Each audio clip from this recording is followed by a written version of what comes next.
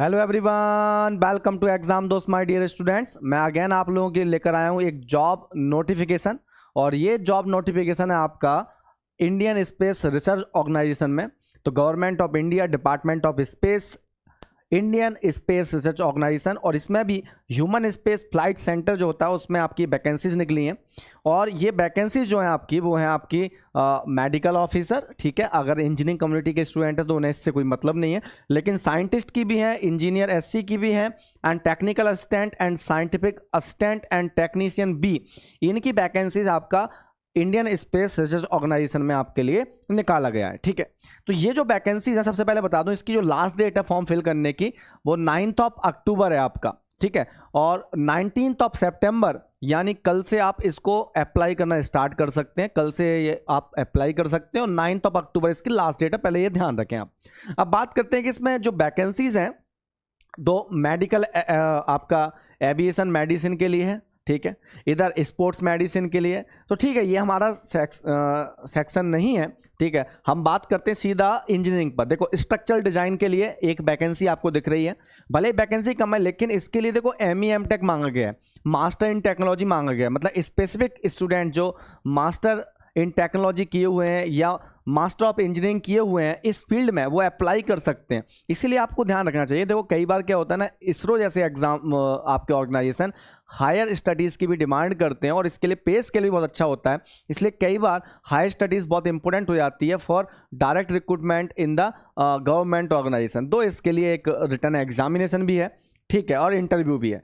Same way में आप आगे देखें इसमें, तो जो वैकेंसीज हैं आपकी इंस्ट्रूमेंटेशन इंजीनियरिंग के लिए दिख रही हैं आपकी, 2 वैकेंसी हैं अनरिजर्व्ड के लिए। इसमें अगेन एम टेक मांगा गया है, ठीक है। और इसमें पूरा वही होगा, आपका रिटन टेस्ट होगा कंप्यूटर बेस्ड, एंड देन आपका इंटरव्यू होगा, and then you will be getting selected for the particular post, okay. फिर यहाँ पर आगे सेफ्टी एंड रिलायबिलिटी इंजीनियरिंग, इसके लिए भी आपको एम टेक माना गया है, ठीक है। तो ये सारे के सारे जो है वो एम टेक के बेस पर आपकी वैकेंसीज हैं। जैसे इंडस्ट्रियल प्रोडक्शन और इंडस्ट्रियल मैनेजमेंट में जिसने एम टेक किया इस फील्ड में वो अप्लाई कर सकता है। प्रोसीजर सेम है, आपका रिटन टेस्ट होगा एंड देन इंटरव्यू होगा, उसके बाद आपका फाइनल सिलेक्शन होगा। क्योंकि ओबियस सी बात है कि इस ISRO जैसे ऑर्गेनाइजेशन में काम करने का सबका सपना होता है, तो बहुत सारे लोग अप्लाई करते हैं। तो ओबियसली है स्क्रीनिंग के लिए एक रिटन टेस्ट कंडक्ट करना बहुत जरूरी हो जाता है, तो ओबियसली आपका एक रिटन टेस्ट जरूर होगा। इंडस्ट्रियल सेफ्टी की 2 वैकेंसीज हैं आपकी, ऐसे थर्मल इंजीनियरिंग की 1 वैकेंसी है आपकी, ठीक है। इसके बाद अगर आप बात करें यहाँ पर कि जो वैकेंसीज आपकी यहाँ पर आ रही हैं डिप्लोमा वाले कैंडिडेट्स के लिए, तो मैकेनिकल में 13 वैकेंसीज हैं आपकी टोटल, वो भी है first class diploma in mechanical engineering किया हो, written test plus skill test होगा इसमें, ओबियसली है। इसके बाद आपका इलेक्ट्रॉनिक्स वाले, जो इलेक्ट्रॉनिक्स के फील्ड में जिन्होंने डिप्लोमा किया हुआ है उनके लिए भी वैकेंसीज हैं। ये कितनी वैकेंसीज हैं? 11 वैकेंसीज हैं आपकी। इलेक्ट्रिकल वालों के लिए 2 वैकेंसीज हैं। ऐसे फोटोग्राफी और सिनेमेटोग्राफी उनके लिए 2 वैकेंसीज हैं आपकी। सेम वे में आप आगे चलते हैं तो माइक्रोबायोलॉजी वालों के लिए 1 वैकेंसीज है। तो इस टाइप से इसमें काफ़ी वैकेंसीज हैं इसरो में। Number of vacancy particular section में बहुत कम दिख रही हैं आपको, लेकिन टोटल वैकेंसीज काफ़ी हैं। इलेक्ट्रॉनिक मैकेनिक की 12 वैकेंसीज हैं। तो आप जो भी जिसमें आप फिट बैठ रहे हो, अगर आपने हायर स्टडीज़ एम टेक किया है तो आप ऊपर वाली पोस्ट के लिए अप्लाई कर सकते हैं। अगर आप डिप्लोमा होल्डर्स हैं या ITI वाले हैं तो आप इन रिस्पेक्टिव आपकी कैडर में आप अप्लाई कर सकते हैं। तो यहाँ पर इतनी सारी जो आपको वैकेंसी दिख रही है वो अलग अलग मतलब पर्सन्स के लिए हैं, जो जिनकी क्वालिफिकेशन अलग अलग है।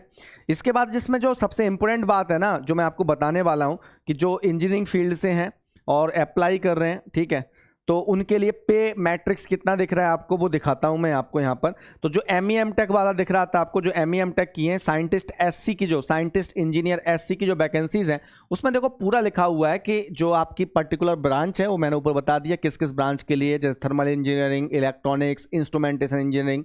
तो देखो इसमें दिखा हुआ है पूरा का पूरा कि एम टेक जो आपने किया हो एग्रीगेट मिनिमम 60% और CGPI ग्रेडिंग के साथ 6.5 ऑन 10 पॉइंट स्केल पर आपने किया होना चाहिए, ठीक है। क्वालिफिकेशन में आपका पहले BE BTech होगा, उसके बाद आपका MTech होगा।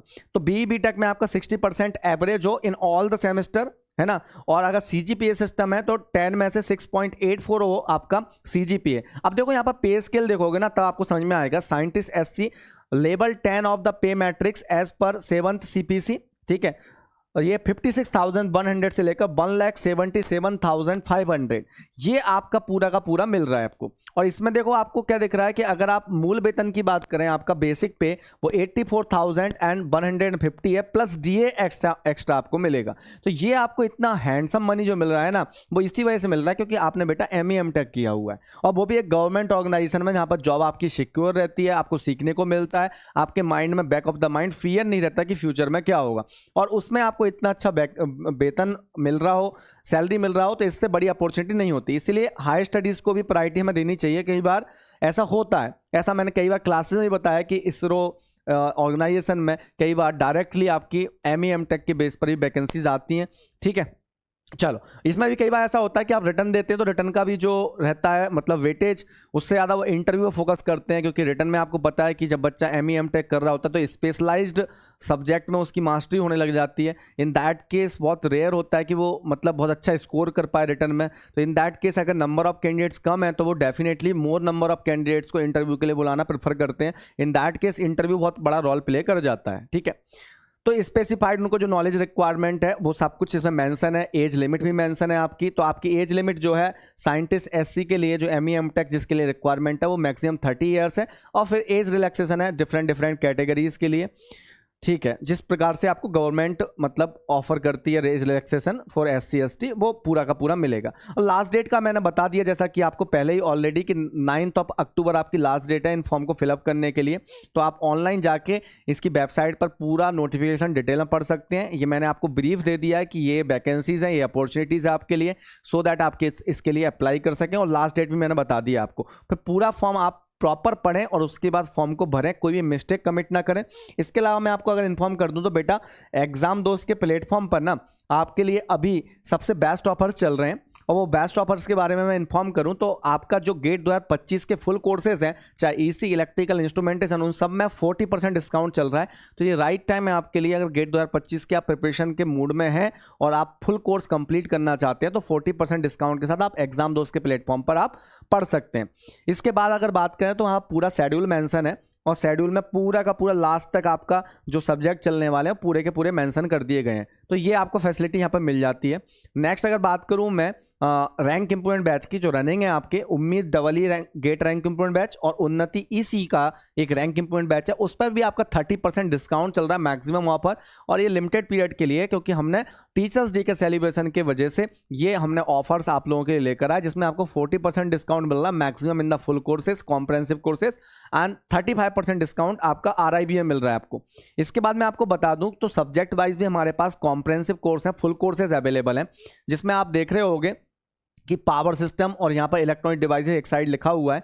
तो आपका यहाँ पर प्राइस दिख रही होगी आपको कितना मतलब कम पड़ रहा है, और ये 2 सितंबर से स्टार्ट हुआ है। मेरा ईडीसी जस्ट अभी फिनिश हुआ है, और आपको पूरा का पूरा आपको रिकॉर्डेड फॉर्म में अवेलेबल मिल जाएगा। आपको उसका ही प्राइस दिख रहा है, सब पर मैक्सिमम डिस्काउंट चल रहा है अभी आपका। तो आप देख रहे हैं 35% डिस्काउंट आपको मिल रहा है। तो जो भी स्टूडेंट्स इस वीडियो को देख रहे हैं वो इस ऑफर्स का फ़ायदा उठा सकते हैं, और बिल्कुल आप मैक्सिमम डिस्काउंट की तरफ जा सकते हैं। सेम वे मैं अदर बैचेस की बात कर दूं मैं तो संकल्प 2.8 डबल ई का बैच है जो गेट 2026 के लिए है, और ऐसे ईसी का अल्फा 2.0 है। इनका भाई इन पर भी आपका देखो डिस्काउंट मैक्सिमम चल रहा है, फ्लैट 35% ऑफ। तो आप इन कोर्सेज को ले सकते हैं अगर आप 2026 को टारगेट कर रहे हैं तो। अदरवाइज 2025 के लिए मैंने बताई दी आपको मैक्सिमम डिस्काउंट चल रहा है।